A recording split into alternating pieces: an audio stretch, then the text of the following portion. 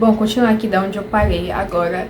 Nesse vídeo eu quero trazer um pouco da perspectiva da vida cristã e de como Cristo deve ser o centro da nossa vida, e falar também que o desejo do Pai é que estejamos nele, que queiramos estar com ele, caminhar com ele e viver com ele, porque estar realmente em Deus, em Cristo, não é só acreditar na existência dele, mas querer obedecê-lo e saber quais são as suas vontades para a minha vida. Bom, de início, a vida cristã é você viver conforme a vontade de Cristo para nós. E eu vou começar aqui citando uma parte do livro O Deus que Destrói Sonhos. O título pode causar um pouco de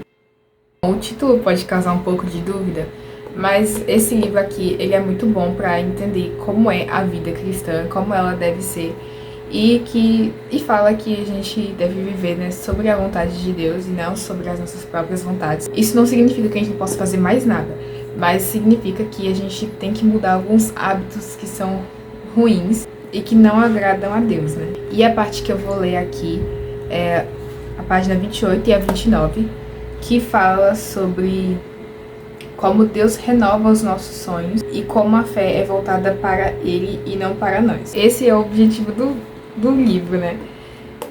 Mostrar que Deus, Ele renova os nossos sonhos, não que a gente não possa mais sonhar, mas que com Deus a gente renova os nossos sonhos e a gente começa a ter sonhos dentro da vontade dele também, que é algo muito bom. Então eu vou ler aqui essa parte. Bom, na página 28 fala como às vezes a gente pensa muito sobre as nossas próprias vontades e como às vezes a gente quer que Deus seja um Deus que atende a todas as nossas vontades, a tudo aquilo que a gente pede, mas que não se trata só sobre isso, né?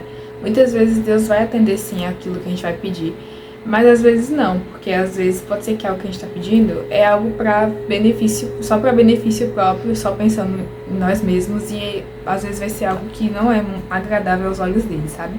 Bom, então, aqui no segundo parágrafo diz: no fundo, parece que todo mundo está pensando em si mesmo e querendo se dar bem aqui nessa peregrinação. E para isso construímos um Deus à nossa imagem e semelhança. Um Deus que tem os mesmos anseios e as mesmas motivações que nós. Nossas orações e canções apenas refletem nossas vontades e projetam uma divindade que satisfaz os desejos mimados do nosso coração. Esquecemos que na oração do Pai Nosso, Jesus nos ensina a primeiro ansiar pelas coisas do alto e só depois considerar nossas necessidades. Esquecemos que somos servos dele e estamos debaixo da sua vontade. Por isso, pensar em Deus somente como abençoador é complicado e limitado, pois Deus é muito mais que abençoador. Ele é o Senhor e Rei. Bom, aqui nessa parte diz sobre como às vezes a gente constrói um Deus à nossa imagem e semelhança para cumprir tudo aquilo que a gente quer. Mas para ter uma vida reta diante de Deus, a gente tem que ter a vontade de ansiar pelas coisas do alto, ou seja, pelas coisas do céu. Porque todos nós sabemos que nossa vida aqui na Terra é passageira. E a gente não tem que viver preocupado com as coisas do mundo. Porque, como diz em Mateus, eu não lembro o versículo, mas eu vou deixar aqui, que a gente primeiro deve buscar as coisas do céu e todas essas coisas da terra que nós necessitamos serão acrescentadas por Deus, porque Deus sabe do que nós precisamos. E da mesma forma que Ele cuida das aves do céu, Ele também cuida da gente. E é por isso que a gente não deve viver preocupado com as coisas dessa terra, e nem só com os nossos próprios anseios, porque a nossa vida não é só essa vida da terra, né? Se vivemos firmes na fé e em Cristo, encontraremos a vida eterna, que é a vida nos céus, né, junto com Ele. Então, por isso que devemos ansiar pelas coisas do céu, que podem ser a comunhão com Deus, a santidade e todas essas coisas. E quando diz que nós somos escravos de Deus, porque nós estamos aqui para obedecer à vontade dele também, né? E fazer parte do povo dele, de quem espalha a sua palavra, porque o nosso mundo está cheio de pessoas que precisam ouvir da palavra, que precisam voltar a ter fé no Senhor. Então, somos chamados para isso, para espalhar a sua palavra, para espalhar o seu amor, para amarmos uns aos outros e vivermos de forma agradável aos olhos dele. Então aqui a gente segue na página 29, que diz: se o mundo nos convida a sonhar, a ter ambições, a pensar alto, a mirar longe, por aí vai, no Evangelho, por outro lado, somos convidados a negar nossa vida e carregar a cruz. Isso é cruel aos olhos deste mundo. Esperneamos como crianças birrentas quando não temos nossas vontades atendidas. Mas o pai que ama vai disciplinar seu filho, mesmo que isso faça com que o pai pareça cruel no momento. Deus, como pai amoroso, age da mesma forma, e quem se submete à sua disciplina, isso é, torna-se seu discípulo, tem seus sonhos e ambições transformados, às vezes destruído mesmo, e devemos louvá-lo por isso, pois uma vida só encontra sentido na realização de um sonho se este contempla a glória de Deus. Bom, isso aqui, essa parte já diz tudo, né? Acho que eu não preciso falar muito sobre isso. Mas muitas vezes a gente acha que a vontade de Deus para nossa vida, aquilo que Ele pede para que façamos ou não façamos, é algo cruel. Vai parecer muito assim, às vezes, no momento que acontece. Quando a gente recebe um não de Deus, vai parecer que é algo cruel, mas depois, mais pra frente, a gente entende o porquê daquilo.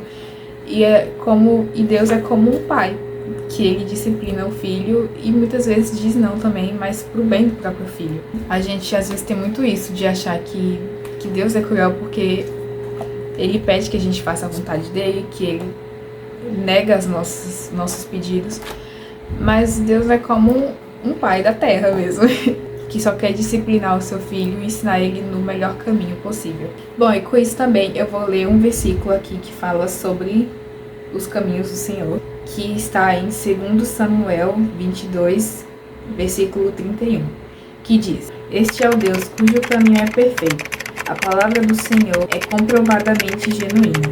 Ele é o escudo para todos os que nele se refugiam. E temos também Salmo 145, 17 e 18, que diz: O Senhor é justo em todos os seus caminhos e bondoso em tudo o que faz. O Senhor está perto de todos os que o invocam com sinceridade. Ou seja, a relação com Deus, ao mesmo tempo que é uma relação de senhor e servo, é uma relação também de pai e filho. Porque ao mesmo tempo que nós temos esse compromisso, né, de servir a Deus e fazer a vontade dele, nós também somos como filhos para ele, que ele nos ensina no seu caminho, compartilha com a gente as suas vontades, os seus planos. E quando a gente para pra pensar, é algo assim muito bonito. Tipo, Deus tá confiando pra mim os planos dele. E quando a gente busca mais e mais o Senhor, a gente vai percebendo o cuidado dele nas pequenas coisas, nos pequenos momentos durante o dia. E a gente vai entendendo que tudo aquilo que ele faz, tudo aquilo que ele permite que aconteça, é para algum propósito, é para nos ensinar algo, para mostrar aquilo que nós realmente precisamos e etc. E com tudo isso, o que eu quero aqui dizer também é que é da vontade do Senhor que queremos estar com Ele, que queremos estar ao seu lado. Porque antes que a gente se encontre com Ele, a gente acha que a gente está vivendo melhor, vivendo para as nossas próprias vontades, vivendo da forma que a gente quer. Mas quando a gente se encontra com Deus, a gente percebe que é muito melhor estar com Ele, que é muito melhor passar por todos os momentos junto com Deus do que passar sozinho. E é da vontade dele que sejamos nele. Não porque ele precisa de nós, mas porque nós precisamos dele. Como eu disse no vídeo passado, a gente precisa de Deus em todos os momentos da nossa vida. E é por isso que Cristo fez o sacrifício que ele fez, para que a gente possa ter acesso ao Pai. E é a vontade do Pai que estejamos nele, que queremos procurar por ele. Tudo o que está na Bíblia não são só histórias antigas juntas para que a gente possa ler e conhecer a história dos nossos antepassados e das coisas que aconteceram. Não, na verdade, a Bíblia é como um manual de como se viver. Até mesmo nos textos mais antigos a gente encontra situações e ensinamentos que podem se aplicar na nossa vida hoje. E isso é muito legal, porque a Bíblia é um livro deixado por Deus que nos ensina como viver nele e nos convida a conhecer a sua vontade. E como eu disse, não são só ordenanças, mas uma maneira de viver bem em comunidade e para o Senhor também. Que querer estar com Deus e viver para Ele nos ensina que o foco e o objetivo, nosso objetivo nesse mundo, não deve ser só focar em nós mesmos, em nossa vida, mas também olhar para o próximo, para que possamos aprender a amar uns aos outros. Porque isso é um mandamento de Deus, né?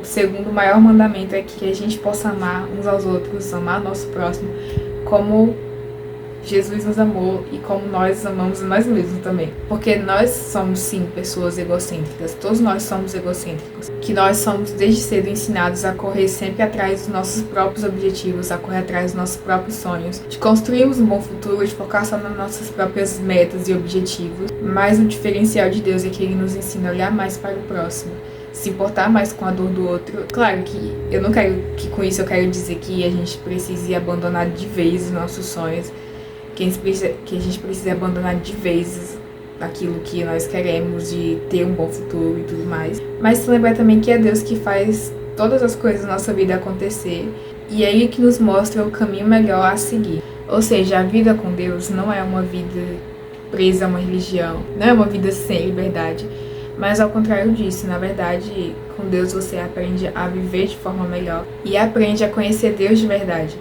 Porque Deus não é um complemento, como eu disse, né? Ele não tem que ser só uma parte da nossa vida, mas Ele tem que ser o todo da nossa vida. E eu vou ler aqui uma página do mesmo livro, que é a página 69, sobre isso, que cita a parábola de Jesus do jovem rico. O jovem rico tinha boas intenções, era obediente à lei e admirava Cristo, mas não quis largar seus sonhos e projetos. De alguma forma, ele queria encaixar Jesus dentro do seu esquema de vida. Ele queria que Jesus o seguisse, e não ser um seguidor de Jesus. Por trás do vem e segue-me de Jesus está um convite de abandono da vida atual para um novo foco, um novo caminho. Como já escrevi em páginas anteriores, o caminho do discipulado é um compromisso com Cristo e sua obra. Não basta ser religioso e seguir alguns mandamentos. É preciso se reduzir a ponto de, se for necessário, abandonar os próprios projetos e caminhar em outra direção. Mais do que isso, a essência dos mandamentos é o seguir a Deus com tudo o que somos. O jovem rico não entendeu isso. Seus sonhos e riquezas o cegaram para o verdadeiro caminho. Ele até mesmo se gaba da sua obediência à lei, porém continua idólatra. O seu Deus era o dinheiro. O que ele queria era apenas um acréscimo ao seu passado, um complemento, um acabamento ou aperfeiçoamento. Ou seja, muitas vezes vamos ser convidados a abandonar muitas coisas, mas são coisas que ocupam espaço desnecessário na nossa vida, porque todas essas coisas da terra, todas as coisas desse mundo, elas não têm que ter o primeiro lugar na nossa vida, porque são principalmente coisas materiais, porque são bens materiais. Por mais que a gente precise de algumas coisas, ela não é o nosso Deus, porque Deus é quem nos proporciona todas essas coisas. Então, por isso que Deus precisa ser o centro, porque nele a gente percebe que essas coisas são só um acréscimo, são coisas temporárias que são nos dadas enquanto estamos aqui vivendo nessa terra. Mas a palavra de Jesus nunca passará e Ele nunca passará também. Ele sempre existirá e Ele nos ama e Ele quer que queiramos estar vivendo com Ele, porque Deus é um Deus justo, mas Ele também é um Deus de amor e Ele nos amou incondicionalmente, que deu o seu único filho, o seu próprio filho, para que todo aquele que nele crê não morra, mas encontre a vida eterna. E eu posso garantir que Deus, Ele sempre vai querer você por perto, que Ele sempre vai querer e vai ficar feliz quando você sentir a necessidade de estar com Ele. Deus não se cansa de nós, porque Ele sabe que nós precisamos dele, e porque Ele nos ama e quer que a gente possa amar Ele também. E o amar não é só dizer que acredita em Deus, ou então dizer que eu sou cristã, por exemplo, mas seguir as coisas que Ele nos manda também, seguir pelos seus caminhos, querer cada vez estar mais com Ele. O que eu quero passar com tudo isso é que nós devemos deixar que Cristo seja o centro e aceitar Ele como o nosso Salvador, denominar Ele como o nosso único Salvador e nosso. Devemos reconhecer que Ele deve ser o nosso único Salvador e o nosso único Deus, que nós devemos viver para seguir as vontades dele e não o contrário, e reconhecer que a vontade de Deus é boa e agradável. Eu espero que eu tenha conseguido passar a mensagem de forma clara nesse vídeo, e com isso a gente conclui, né, o outro vídeo. Eu espero que vocês tenham gostado. Se essa mensagem fez sentido para você e você sentir que precisa compartilhar com alguém, compartilhe para que mais pessoas possam receber essa mensagem. E é isso. Fiquem com Deus e até o próximo vídeo.